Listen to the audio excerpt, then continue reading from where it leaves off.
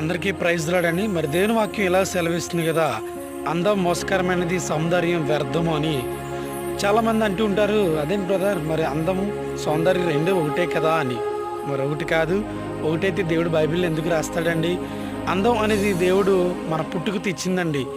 మరి సౌందర్యం అంటే కనుక సరే, చాలామంది లేడీస్ మేకప్ కిట్స్ అని, అలాగే లిప్స్టిక్స్ అని, ఫేస్కి చాలా మరి రాస్తుంటారు క్రీమ్స్.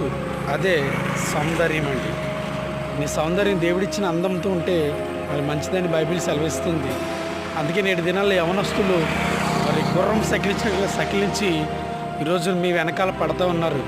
మరి వీటన్నిటిలోనూ దేంట్లో ఉన్నావు? దేవుడిచ్చిన అందంతో ఉంటే ధన్యురాలుగా అవుతావు, మరి ఐశ్వర్యంగా దీవించబడతావు.